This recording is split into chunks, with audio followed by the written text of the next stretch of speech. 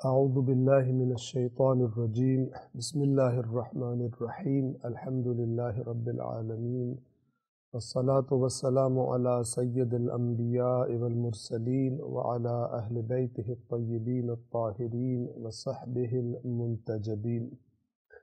قرآن کریم کے 30ویں اور آخری جز میں ہم نے سورۃ العلق تک تمام کر لیا تھا۔ آج کے درس کا آغاز کر رہے ہیں سورۃ القدر کی پہلے تلاوت اور اس کے بعد ترجمہ اور مختصر وضاحت۔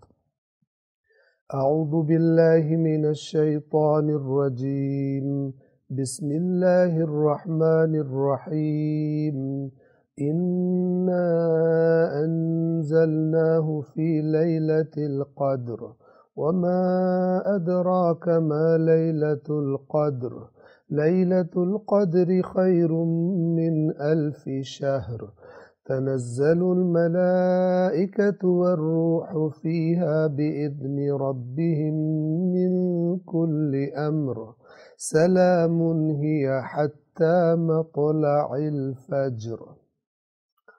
سورۃ القدر کا ترجمہ اور مختصر وضاحت۔ بنام خدائے رحمان رحیم، ہم نے اس قرآن کو شب قدر میں نازل کیا۔ انا انزلناہ فی لیلۃ القدر، انا یقیناً ہم نے، انزلناہ ہم نے نازل کیا اسے، فی لیلۃ القدر قدر کی رات میں، شب قدر میں۔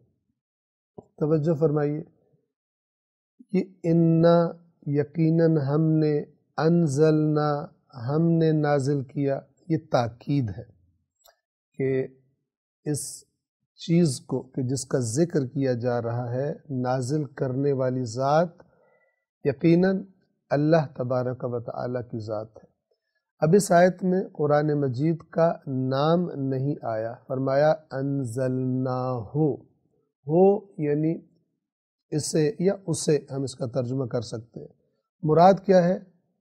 اللہ تبارک و تعالیٰ کی کتاب قرآن کریم مراد ہے۔ کس رات میں نازل کیا؟ فی لیلۃ القدر، قدر کی رات میں نازل کیا۔ لیلہ یعنی رات، قدر یعنی مقدار، اندازہ۔ قدر کا لفظ ہم اردو زبان میں بھی استعمال کرتے ہیں۔ توجہ فرمائیے، اس قدر کے لفظ سے چند الفاظ ہیں کہ جو ہم اردو میں استعمال کرتے ہیں، جبکہ در حقیقت عربی زبان کے الفاظ ہیں۔ مثلا مقدار، ہم کہتے ہیں کہ اتنی مقدار میں یہ چیز موجود ہے۔ اسی طرح ہم لفظ استعمال کرتے ہیں تقدیر، جس کے لیے ہم قسمت یا نصیب کا لفظ بھی استعمال کرتے ہیں۔ اسی طرح ہم ایک اور لفظ استعمال کرتے ہیں مقدر۔ مقدر یعنی جو تقدیر میں لکھ دیا گیا، جو اللہ نے اندازہ، مقدار معین کر دی ہمارے لیے۔ مثال کے طور پر رزق کی، البتہ یاد رکھیے صرف رزق میں محدود نہیں ہے تقدیر یا مقدر یا مقدار۔ ہماری آزمائشوں کی مقدار کیا ہوگی؟ مقدار سے کیا کیا مراد ہو سکتا ہے؟ شدت کتنی زیادہ ہوگی، مدت کتنی زیادہ یا کم ہوگی، تکرار ہماری مصیبتوں کی، بیماریوں کی، آزمائشوں کی، خوشیوں کی یا غموں کی، آسانیوں کی یا مشکلات کی، ان تمام چیزوں کی مقدار کو معین کرنے والا اللہ تبارک و تعالی ہے۔ اور اسی لیے ہم کہتے ہیں کہ اللہ تبارک و تعالی تقدیر بناتا ہے، اور جسے وہ تقدیر بنا دیتا ہے، تقدیر واضح قدر سے ہے، یعنی تقدیر یعنی قدر، یعنی اندازہ معین کر دینا۔ فلان شخص کی زندگی میں فلان چیز اتنے عرصے کے لیے ہوگی، اتنی زیادہ ہوگی یا اتنی کم ہوگی یا اتنی شدت کے ساتھ ہوگی یا بار بار ہوگی یا ایک بار ہوگی، یہ تمام معانی اس لفظ میں شامل ہے۔ شب قدر، یہ جو ہم اردو میں کہتے ہیں فلان شخص نے میری قدر نہیں کی، اس کا کیا مطلب ہوتا ہے؟ یعنی جتنی مقدار میں میری شخصیت کا احترام کرنا چاہیے تھا اتنی مقدار میں اس قدر میرا احترام نہیں کیا۔ آپ تو توجہ فرما رہے ہیں کہ قدر، مقدار، تقدیر، مقدر، ان سب میں وہی قدر، مقدار، اندازے کا معنی ملحوظ ہے، اور لفظ کی شکل بدلنے سے تھوڑا بہت وہی جو بنیادی معنی ہے وہ تھوڑا سا تبدیل ہو جاتا ہے، اصل معنی کی جو روح ہے وہ تمام شکلوں کے اندر موجود رہتی ہے۔ بس انا انزلناہ فی لیلۃ القدر، یقیناً ہم نے اسے یعنی قرآن کو نازل کیا شب قدر میں، قدر کی رات میں۔ اب خود یہ لفظ قدر ہمیں بتا گیا کہ یہ ایسی رات ہے جس میں گویا کہ تقدیریں، اندازے، مقداریں مختلف چیزوں کی معین ہوتی ہیں، جیسا کہ خود اسی سورہ مبارکہ کی اگلی آیات میں بتا دیا جائے گا۔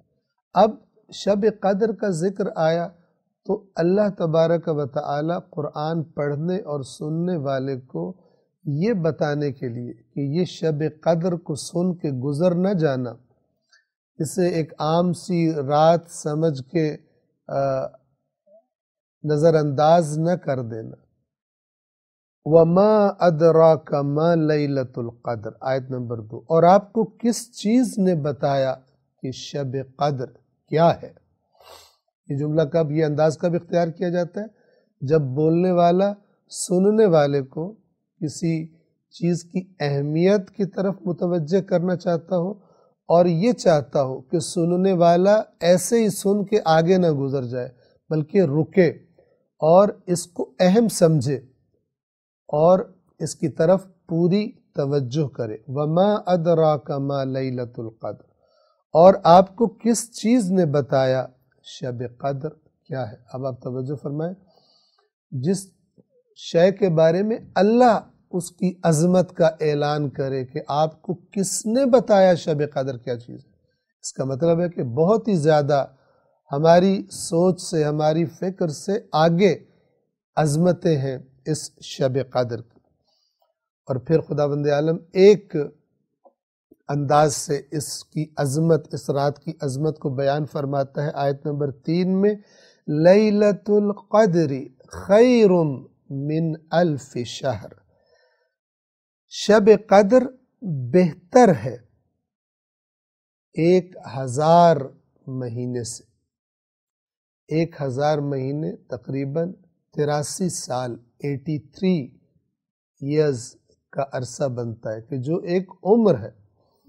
بہت سارے انسان تو اس عمر کو پہنچتے ہی نہیں ہیں، پہلے دنیا سے چلے جاتے ہیں۔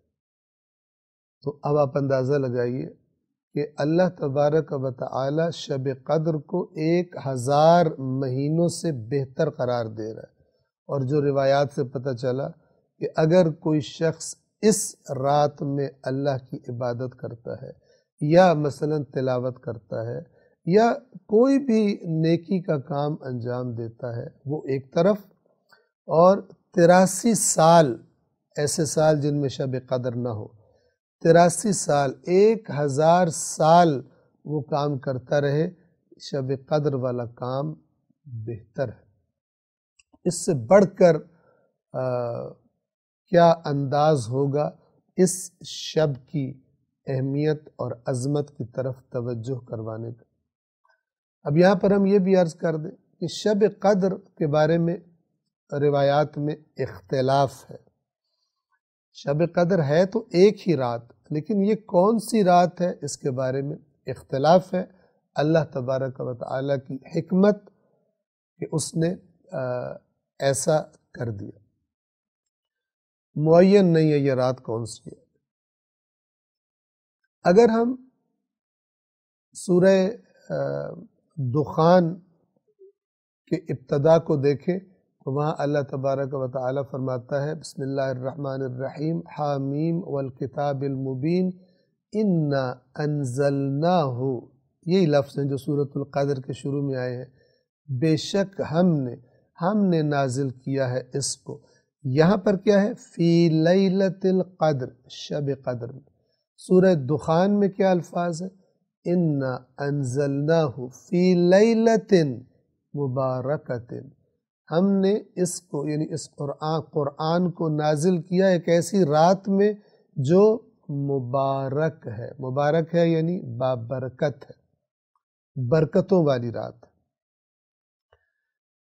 اب سورۃ البقرہ میں ہم جہاں پر روزوں کے وجوب کی آیت آتی ہے اور اس کے بعد ایک آیت کو چھوڑ کر اللہ تبارک و تعالی فرماتا ہے شہر رمضان الذی انزل فیہ القرآن، شہر رمضان، شہر عربی زبان میں مہینے کو کہتے ہیں، ایک ماہ رمضان ہے وہ مہینہ کہ جس میں انزل فیہ القرآن، جس میں نازل کیا گیا قرآن۔ یہ دو باتیں ذہن میں رکھیں، ایک تو شب قدر میں قرآن کا نزول اور ایک ماہ مبارک رمضان میں قرآن کا نزول۔ اس سے مراد کیا ہے؟ ہمیں معلوم ہے کہ مکمل قرآن مجید اپنی ان تفصیلات، ان آیات، ان صورتوں کے ساتھ 23 سال میں نازل ہوا۔ رسول اللہ صلی اللہ علیہ وآلہ وسلم کی زندگی کے 23 سالوں میں قرآن مجید تدریجاً نازل ہوتا رہا۔ تو پھر اس سے کیا مراد ہے شب قدر میں نازل کیا؟ اس سے کیا مراد ہے ماہ رمضان وہ مہینہ ہے جس میں قرآن نازل ہوا؟ تو اس کے بارے میں جو مختلف ابحاث موجود ہیں مختلف روایات کی روشنی میں، اس کا خلاصہ یہ ہے کہ قرآن کریم کے 2 نزول ہیں، ایک تو یہی کہ جو 23 سال میں مکمل ہوا، اور دوسرا نزول وہ اسے کہتے ہیں نزول دفعی، یعنی ایک ہی دفعہ قرآن کا نازل ہونا۔ اب مراد یا تو یہ ہے کہ لوح محفوظ سے نچلے آسمان پر نازل ہوا اور وہاں سے پھر آہستہ آہستہ تدریجاً 23 سال کے دوران قلب رسول اللہ پر نازل ہوتا رہا، یا یہ کہ اجمالی طور پر قرآن مجید دفعتاً یعنی ایک ہی مرتبہ میں اجمالی طور پر رسول اللہ کے صلی اللہ علیہ وآلہ وسلم کے قلب مبارک و اطہر پر نازل ہوا۔ اللہ تبارک و تعالی بہتر جانتا ہے، لیکن یہ آیات بتا رہی ہیں کہ کسی خاص قرآن کے نزول کی طرف اشارہ ہے ان آیات میں، شب قدر میں نازل کیا گیا۔ اور جیسے ہماری مکتب اہل بیت کی روایات میں موجود ہے کہ امام فرماتے ہیں کہ ماہ رمضان کی اہمیت اس لیے، عظمت اس لیے نہیں ہے کہ اس کے اندر روزے ہیں، اس کی عظمت اس لیے ہے کہ ماہ رمضان میں قرآن نازل ہوا ہے۔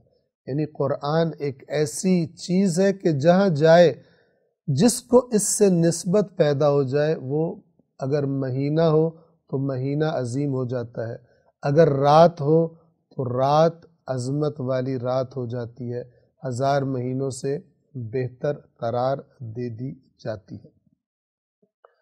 وَمَا أَدْرَاكَ مَا لَيْلَةُ الْقَدْرِ، اور آپ کو کس چیز نے بتایا شب قدر کیا ہے؟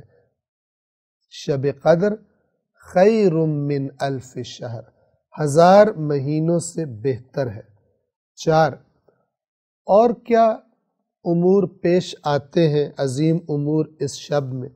فرمایا تنزل الملائکۃ والروح فیہا، نازل ہوتے ہیں ملائکہ یعنی فرشتے، اللہ کے فرشتے، والروح اور روح سے قرآن مجید میں مراد یا تو حضرت جبرائیل علیہ السلام ہے کہ جو وحی لانے پر مأمور تھے، یا دیگر فرشتے جو وحی لانے پر مأمور ہیں، ان کے سردار ہیں، یا یہ کہ روح کوئی اور اللہ کی عظیم مخلوق ہے۔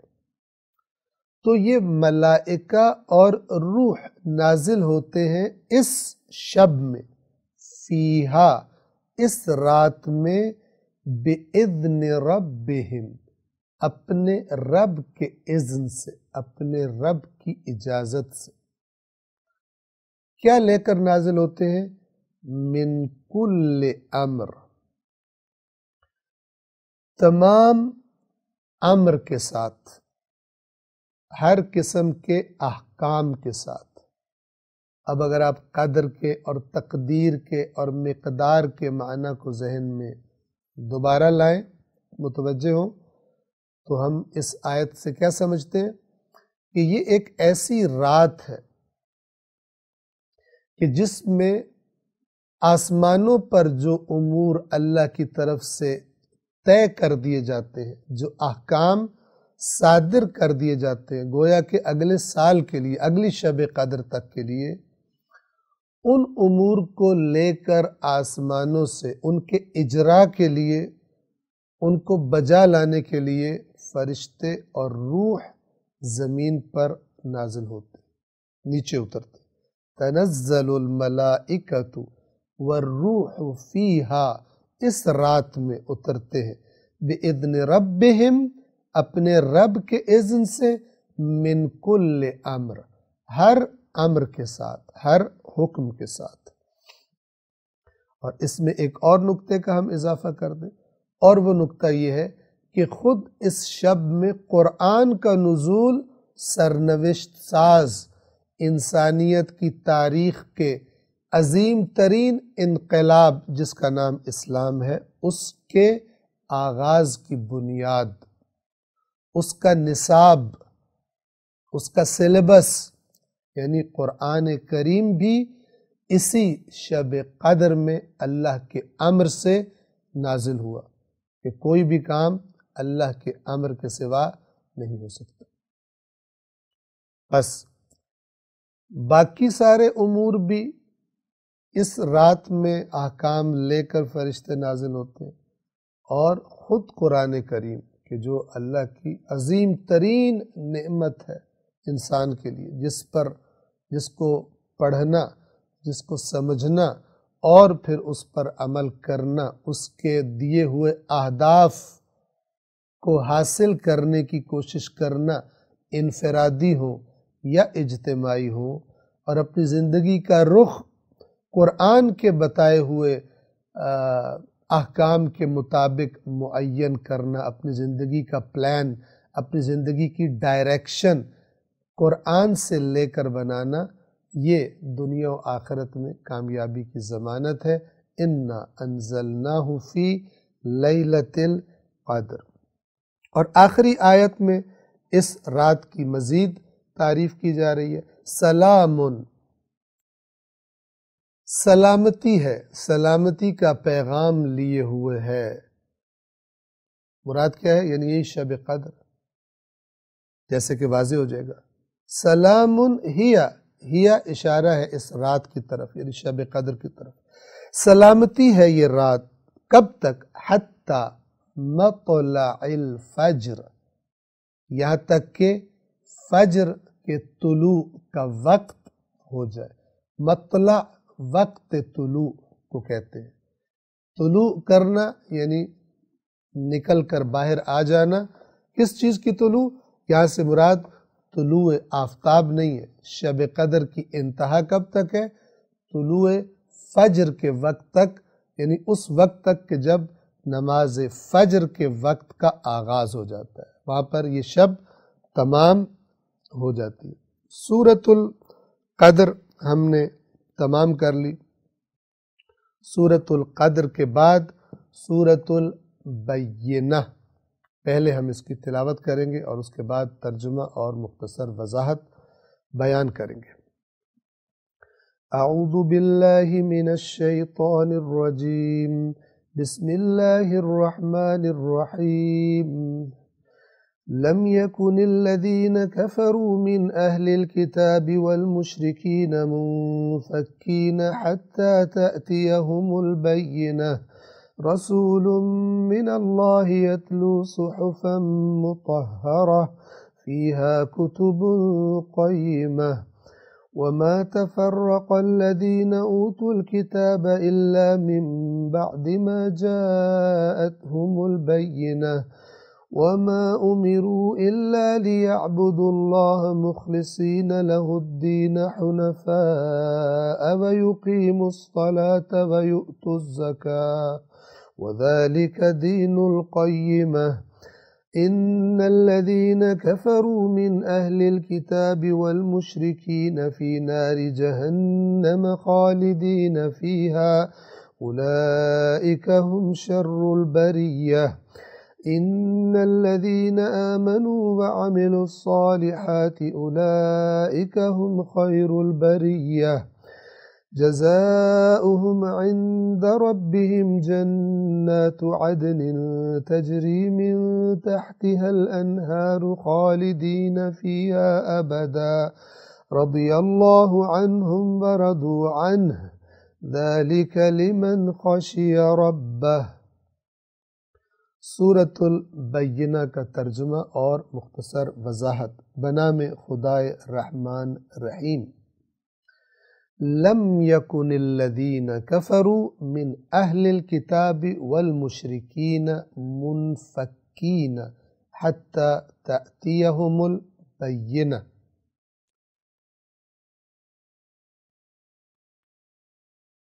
اہل کتاب اور مشرکین میں سے جن لوگوں نے کفر اختیار کیا،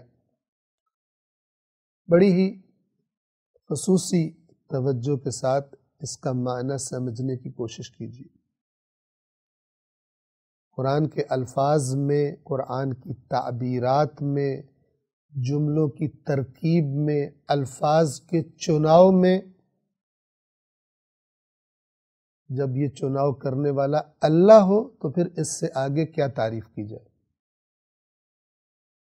نہ اس سے بڑا کوئی عالم، نہ اس سے بڑا کوئی بیان کرنے والا، نہ اس سے بڑا کوئی قدرت رکھنے والا اپنی بات کو سمجھانے کی۔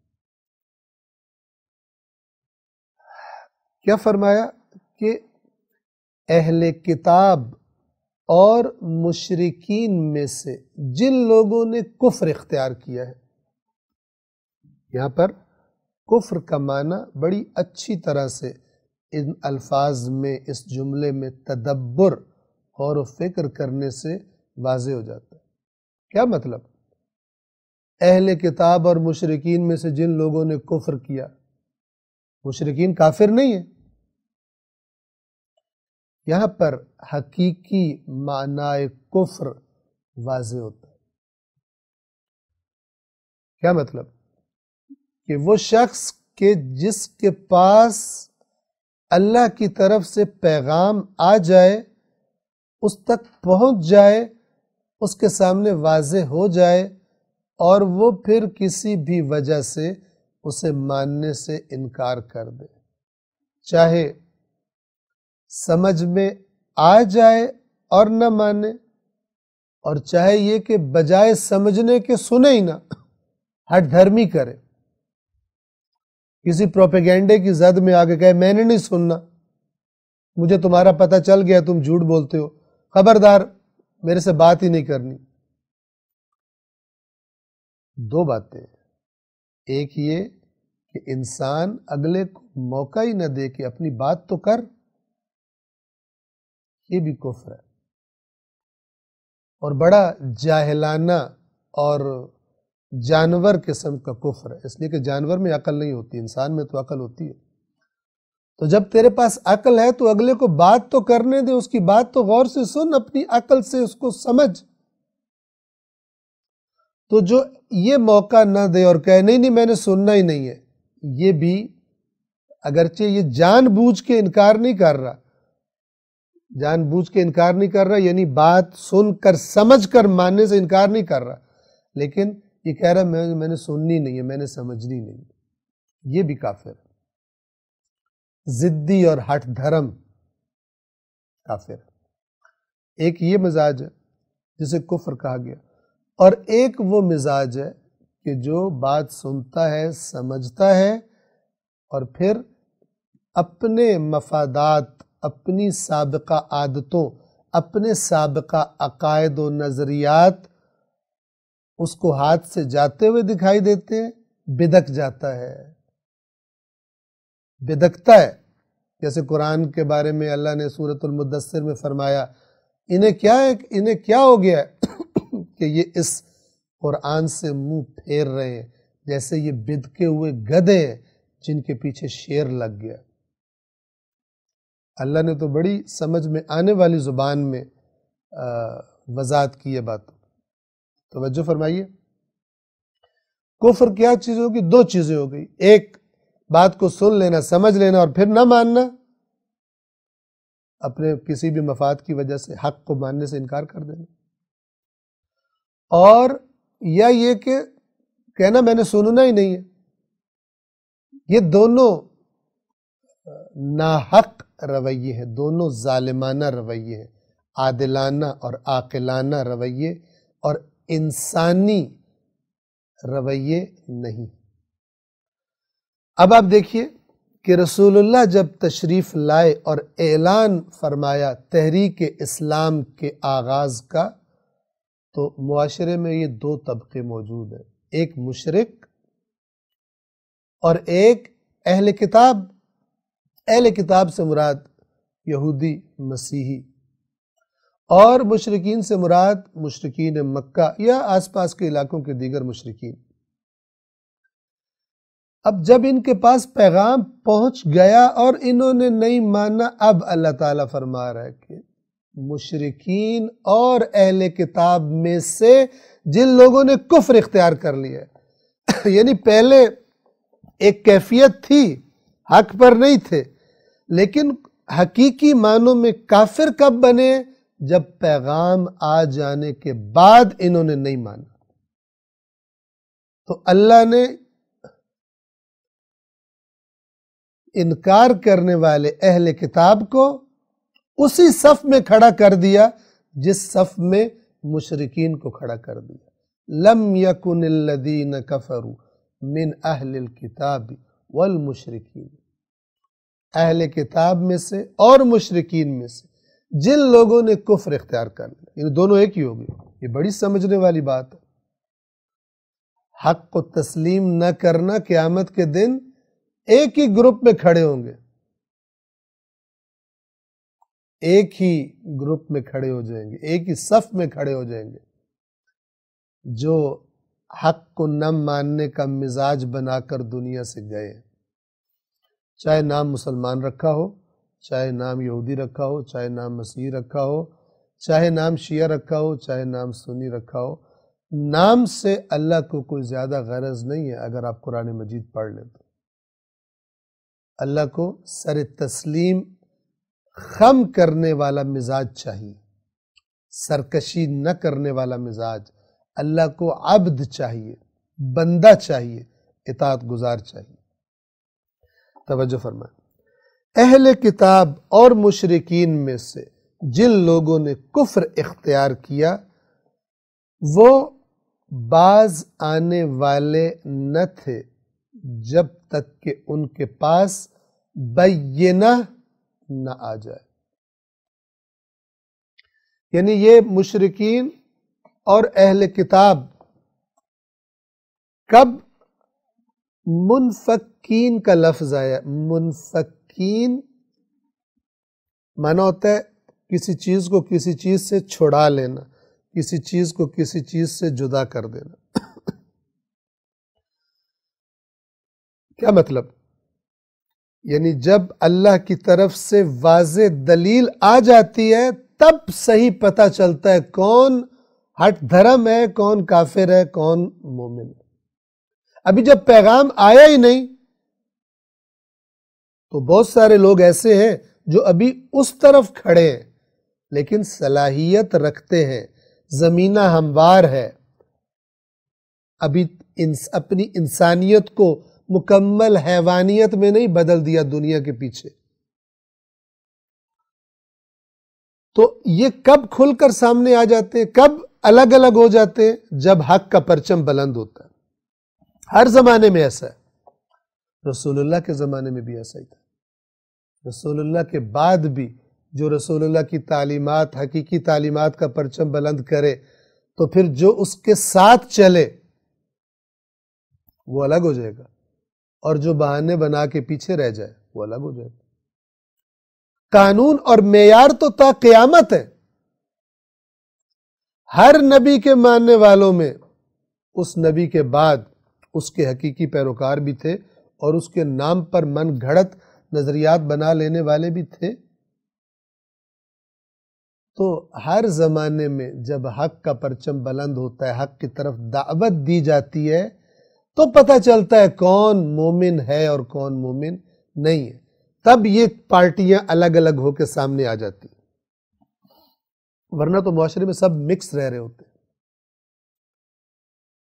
دنیا میں الگ الگ کب دیکھے جا سکتے؟ قیامت کے دن. البتہ اللہ کو پتہ ہے اس نے اندر کیا شخصیت بنائی ہے، وہ تو جانتا ہے. لہذا قیامت کے دن کہا جائے گا، سورہ یاسین میں آیا وَامْتَازُوا الْيَوْمَ أَيُّهَا الْمُجْرِمُونَ، اے مجرموں آج الگ ہو جاؤ تم. لیکن دنیا میں، اس دنیا میں جب میدان لگتا ہے، دعوت حق کی آواز بلند ہوتی ہے، پرچم حق کی آواز بلند ہوتی ہے، تو ایماندار اور بے ایمان پتہ چل جاتے. مومن و منافق و کافر کھل کے سامنے آ جاتے. قرآن کو سمجھے. تو اللہ تعالیٰ یہاں فرما رہا ہے، یعنی رسول اللہ کے آنے کے وقت کی کیفیت بیان کر رہے ہیں. کیوں بھیجی ہے یہ بینہ؟ کیوں یہ قرآن مجید بھیجا ہے؟ یہ واضح دلیل کیوں بھیجی ہے؟ تاکہ اتمام حجت ہو جائے، ماننے والے الگ ہو جائیں، نہ ماننے والے الگ ہو جائیں. اور مشرک اور اہل کتاب کو ایک ہی لائن میں کھڑا کر دیا، ان کے جان بوجھ کر نہ ماننے کی وجہ سے. اسی کو قرآن کفر کہتا ہے. یہی کفر کا حقیقی معنی ہے. لہذا کوئی بھی کافر ہو سکتا ہے، چاہے اپنے اوپر کوئی بھی لیبل اسلام کا یا کسی مسلک اور فرقے کا لگا کر بیٹھا ہو. کتاب اصول کافی، کتاب الکفر والایمان کی ابتدائی ابواب میں یہ حدیث موجود ہے کہ جس کے ایک حصے میں امام صادق علیہ السلام فرماتے ہیں کتنے ہی لوگ ایسے ہیں کہ مومن جن کے ایمان کی گواہی دیتے ہیں. یعنی کوئی پوچھے کہ بھائی یہ مومن ہے، کہتے مومن ہے، جبکہ وَهُوَ عِنْدَ اللَّهِ كَافِرٌ، جبکہ وہ اللہ کے پاس کافر ہے. کافر لکھا ہوا ہے اللہ کے ریکارڈ میں، اللہ کے کاغذوں میں کافر لکھا ہوا ہے. اور پھر فرمایا کہ اور وہ کہ جنہوں نے اس کے ایمان کی گواہی دی ہے انہوں نے بھی ٹھیک کام کیا ہے، غلط کام نہیں کیا. کیوں؟ اس لیے کہ ان کو تو ظاہر کے مطابق گواہی دینے کا حکم ہے کہ جو ظاہر میں جو اپنے آپ کو مومنوں میں شامل کرتا ہے تو باقی مومن اس کے ایمان کی گواہی دیں گے. لیکن اس گواہی سے اللہ کے پاس بھی کاغذ ٹھیک ہو جائیں گے، ریکارڈ درست ہو جائے گا؟ نہیں. علیم بذات الصدور کے پاس وہ ریکارڈ ہے جو حقیقی بات ہے، اس کو کسی کی گواہی کی ضرورت نہیں پڑتی. تو امام نے فرمایا کہ کتنے ہی ایسے لوگ ہیں کہ مومنوں سے اگر پوچھو تو ان کے ایمان کی گواہی دیں گے، ان کے مومن ہونے کی گواہی دیں گے. وَهُوَ عِنْدَ اللَّهِ كَافِرٌ، جبکہ وہ اللہ کے پاس کافر ہے. عین قرآن ہے، عین قرآن ہے. قرآن و اہل بیت جدا نہیں ہوتے. قرآن ہی کی بات سمجھائی ہے اس روایت میں. اہل کتاب اور مشرکین میں سے جن لوگوں نے کفر اختیار کیا وہ باز آنے والے نہ تھے، یا ہم ترجمہ کریں کہ وہ الگ الگ کھل کر سامنے آنے والے، جدا ہو جانے والے نہیں تھے، سب مکس اپ تھا. جب تک کہ ان کے پاس واضح دلیل، البینہ، واضح دلیل. اور قرآن مجید ہم بار بار بتاتے رہتے ہیں اس درس قرآن کے دوران کہ آیات قرآن کو اللہ نے کیا فرمایا ہے؟ آیات بینات. بینات بینہ کی جمع ہے، ایسی آیات کہ جو واضح اور روشن ہے. آیت نمبر 2، اور وہ بینہ کیسے آئے گی ان کے پاس، کیسے آئی ہے ان کے پاس؟ رسول من اللہ یتلو صحفا مطہرہ، اللہ کی طرف سے ایک رسول جو پاک پاکیزہ صحیفے تلاوت کرتا ہے۔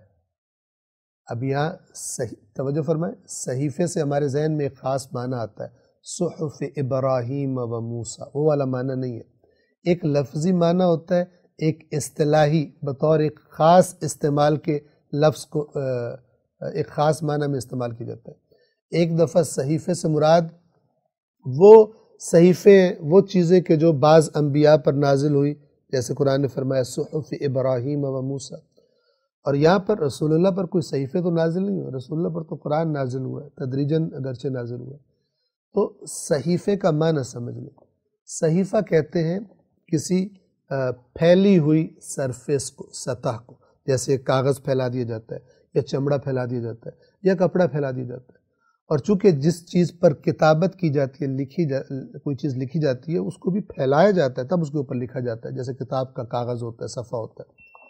تو یا مراد قرآن مجید کی آیات کے صفحات ہیں جن پر یہ آیات لکھی ہوئی ہیں۔ اللہ کی طرف سے ایک رسول پاکیزہ صحیفے پڑھتا ہے، تلاوت کرتا ہے، یعنی اس طریقے سے یہ بینہ واضح دلیل ان لوگوں کے پاس آئی۔ اور ان پاکیزہ صحیفوں میں کیا ہے؟ آیت نمبر 3، فیہا کتب قیمہ، ان کے اندر کتب جمع ہے کتاب کی۔ اب کتاب بھی جیسے ہم نے آپ کو صحیفے کا معنی بتایا، کتاب کا معنی بھی ایسا ہی ہے۔ اصل میں کتاب کا معنی ہے لکھی ہوئی چیز۔ عربی زبان میں کوئی کسی کو خط لکھے اسے بھی کتاب کہتے ہیں، مکتوب جسے لکھا جائے۔ اور پھر یہ لفظ قرآن کا جو لفظ ہے، یہ اس عربی زبان کا یہ لفظ کتاب اس عام معنی میں استعمال ہونا شروع ہو گیا کثرت سے، اور ہم اسی لیے سمجھتے ہیں کہ اس کا یہی معنی ہے۔ اور وہ کون سا معنی ہے؟ بک، جسے انگلش میں کہتے ہیں BOOK، کتاب، جو ہم کتابیں ہمارے پاس ہوتی ہیں۔ لیکن یہاں پر اس کتاب کے معنی میں نہیں ہے، بلکہ اپنے ڈکشنری میننگ، لغت کے اعتبار سے میننگ یہاں پر۔ آپ کے ذہن میں سوال ہے کہ یہ کیسے پتہ چلے گا؟ اور خاص طور پہ وہ لوگ بڑے خوش ہوں گے جو قرآن کے بارے میں پروپیگنڈا کرتے، 30 معنی ایک ایک لفظ کی۔ تو ہم عرض کر دیں کہ جس کو عربی زبان سے تھوڑی سی بھی آشنائی ہے اس کو پتہ لگ جاتا ہے کہ یہ جو لفظ استعمال ہوا ہے جملے کے اندر، اس کے استعمال سے ہی آئیڈیا ہو جاتا ہے کہ یہ کس معنی میں استعمال ہوا۔ ٹھیک ہے نا؟ مثال دے دوں آپ کو، مثلا انگلش لٹریچر کی کتاب میں اگر ایک لفظ استعمال ہو اس کا معنی، اور فزکس کی کتاب میں وہی لفظ استعمال ہو، فزکس کی یا کیمسٹری کی یا بائیولوجی کی کسی بحث کو، موضوع کو ڈسکس کرتے ہوئے وہ لفظ استعمال ہو، پڑھنے والے کو پتہ ہوتا ہے کہ عام انگلش میں اس کا جو معنی ہے مثلا وہ، اب یہ فزکس کی کتاب میں اس کا وہ معنی نہیں ہے۔ مناسبت ہے لیکن ایک خاص ایک ٹرم کے طور پر، ایک اصطلاح کے طور پر الفاظ استعمال ہوتے ہیں۔ تو کتب جمع کتاب کی، یعنی لکھی ہوئی باتیں، لکھی ہوئی تحریریں، لکھے ہوئے احکام۔ فیہا کتب، اس میں تحریریں ہیں۔ کیسی تحریریں؟ قیمہ، قیمہ قائم سے ہے، استوار، مستحکم، مضبوط دلائل جو حق پر مبنی ہے، جو دلیل کے اعتبار سے باقی تمام باتوں پر غالب ہے۔ فیہا کتب قیمہ، ان صحیفوں میں مستحکم تحریریں درج ہیں۔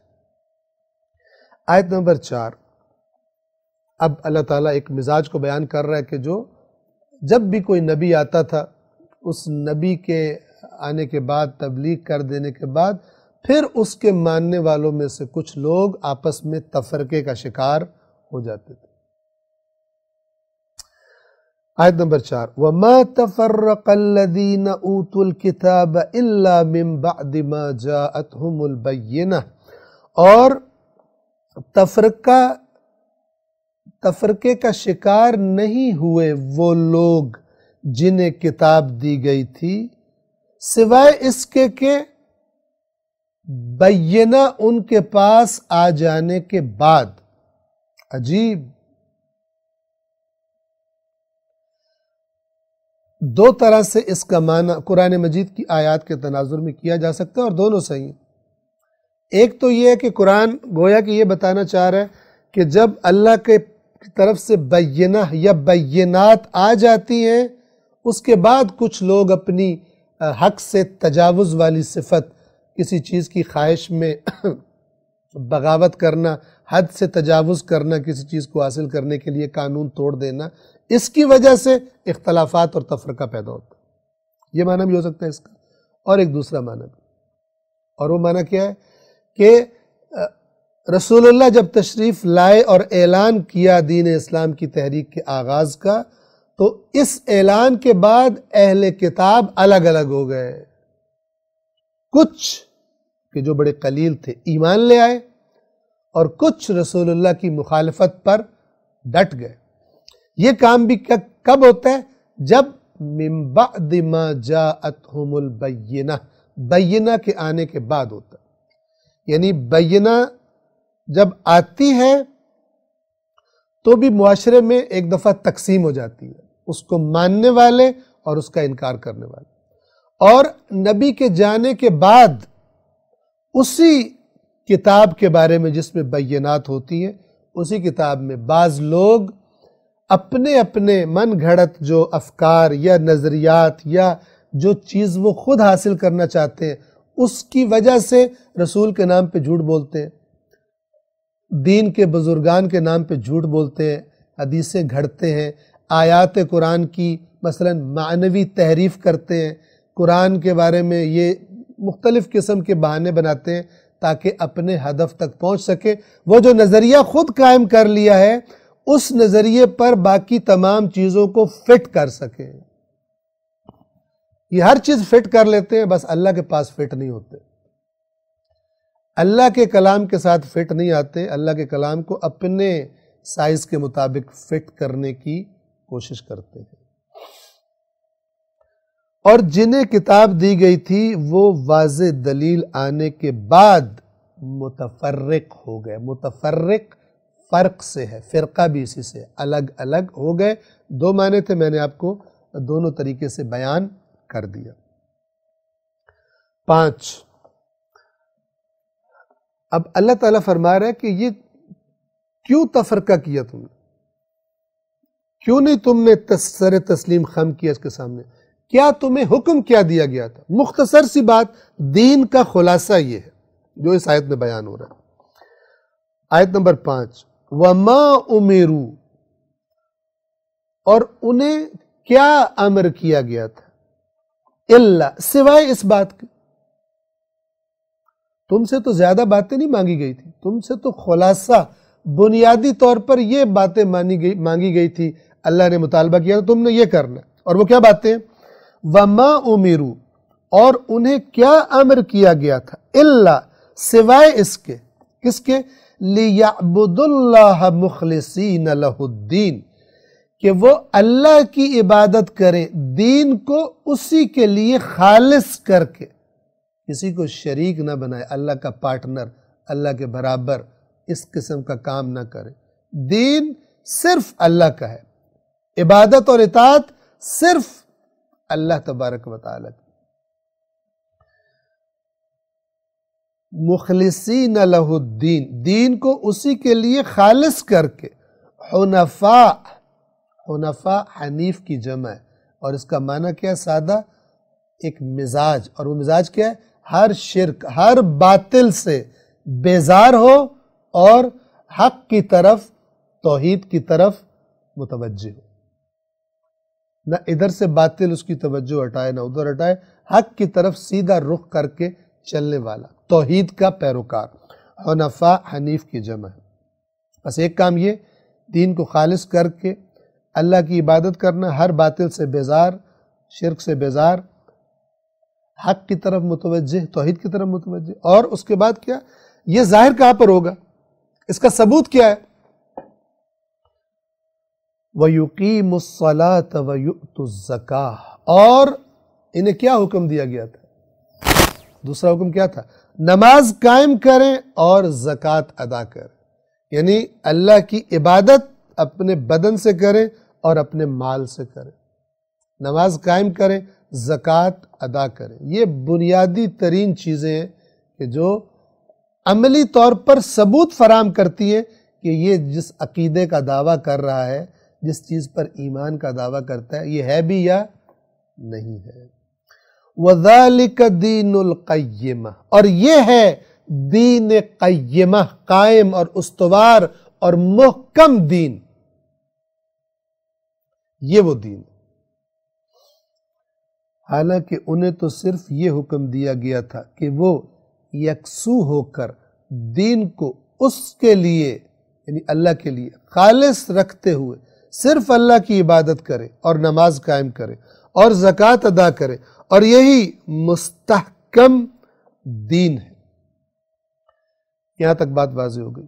اب اس کے بعد یہ باتیں واضح کرنے کے بعد اللہ تبارک و تعالی جنہوں نے انکار کر دیا، کافر کہلوائے اور وہی اپنے شرک پر ہی مائل رہے، ڈٹے رہے، ان کا ذکر کر رہا ہے. اور وہ لوگ کہ جنہوں نے حق کو تسلیم کر لیا، ان کا ذکر اور ان کے انجام کا ذکر کر رہا ہے، اور ان کو ایک ایک لقب سے اللہ نواز رہا ہے. توجہ فرمائیں. آیت نمبر 6. ان الذین کفروا من اہل الکتاب والمشرکین. بے شک وہ لوگ جنہوں نے کفر کیا اہل کتاب میں سے اور مشرکین میں سے. کفر کا معنی واضح ہے، حق آ جانے کے بعد اصل میں بندہ کافر بنتا ہے.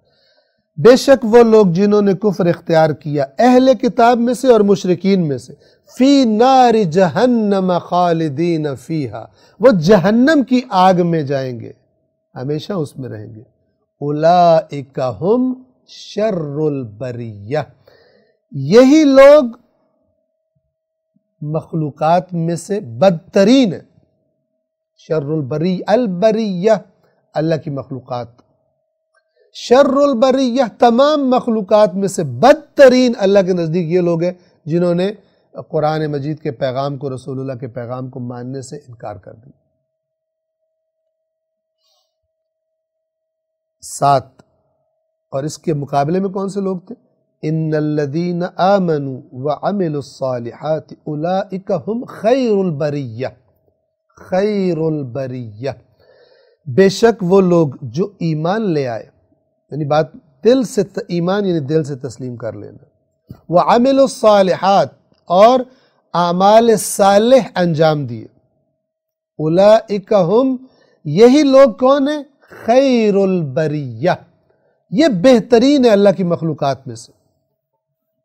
پس حق کے آگے سرکشی کرنا انسان کو بدترین مخلوق بنا دیتا ہے. اور بریہ میں تو جانور وغیرہ سب شامل ہے، یعنی انسان جانوروں سے بدتر ہو جاتا ہے، جیسا کہ قرآن نے دیگر آیات میں بتایا. اپنے متکبرانہ حق کے سامنے متکبرانہ اور ہٹ دھرمانہ اور ضد کرنے والے مزاج کی وجہ سے. انسان کون ہے؟ خیر البریہ کون ہے؟ کہ جب حق واضح ہو تو سر جھکا دے، چاہے جتنا بھی اس کو گزشتہ زندگی میں نقصان لگ رہا ہوگا. میرا نقصان ہو جائے گا، میرے رشتہ دار چلے جائیں گے، میری پارٹی چلی جائے گی، میرے ہم مسلک لوگ جو ہے وہ مجھ سے ناراض ہو جائیں گے، میرا کیا بنے گا تو میرا کیا بنے گا. خیر البریہ کون ہے؟ ان الذین آمنوا وعملوا الصالحات اولئک ہم خیر البریہ.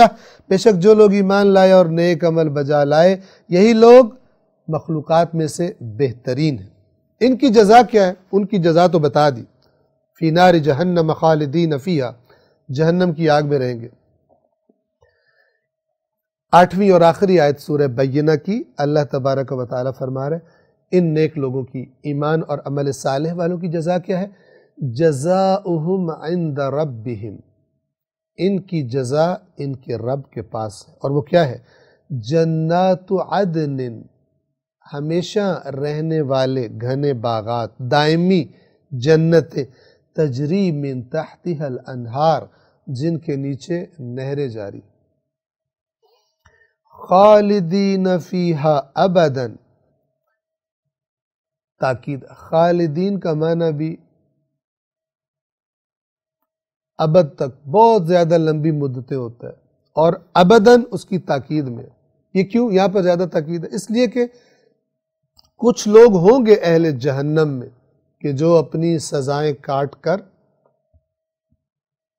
امکان ہے کہ واپس جنت میں آ جائے، لیکن جنت میں جو ایک دفعہ چلا گیا، وہ یہ نہیں ہے کہ نیکیاں تھوڑی تھی جنت میں چلا گیا، پھر اس کے کچھ عرصہ اپنی نعمتوں سے استفادہ کر کے پھر اس کے بعد جہنم میں پھینک دیا جائے۔ جو جنت میں گیا ون وے ٹریفک ہے، جنت سے نہیں نکلے گا۔ خالدین فیہا ابدا، ہمیشہ ہمیشہ اس میں رہے گا۔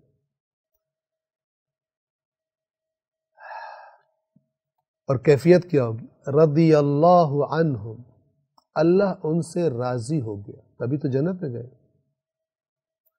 وَرَضُوا عَنْهُ، اور وہ اللہ سے راضی ہو گئے۔ وہ کیسے راضی نہ ہو کہ جب اللہ نے ان کے ساتھ اپنا وعدہ سچ کر دیا، ان کے صبر، ان کی برداشت، ان کے تحمل، لوگ جھوٹ بول کر آگے بڑھ جاتے تھے، مکر کر کے بڑھ جاتے تھے، یہ سچ بول کر پیچھے رہ جاتے تھے۔ لوگ حرام کما کما کے کہاں سے کہاں پہنچ گئے، یہ حلال کی وجہ سے لوگوں کے، بے ایمانوں کے تانے سہتا رہا کہ تو بھی تو ہمارے ساتھ ہی بھرتی ہوا تھا، ہمارے دیکھ کہاں کہاں بنگلے بن گئے اور تو اسی پٹیچر گھر میں رہ رہا ہے۔ یہ سن لیتا تھا لیکن حلال پہ اکتفا کرتا تھا۔ جیسے قرآن میں گزر چکا، فرشتے کیا کہیں گے؟ سلام علیکم بما صبرتم، تم پر سلام، اور اس کا سبب وہ صبر ہے جو تم نے کیا تھا دنیا میں۔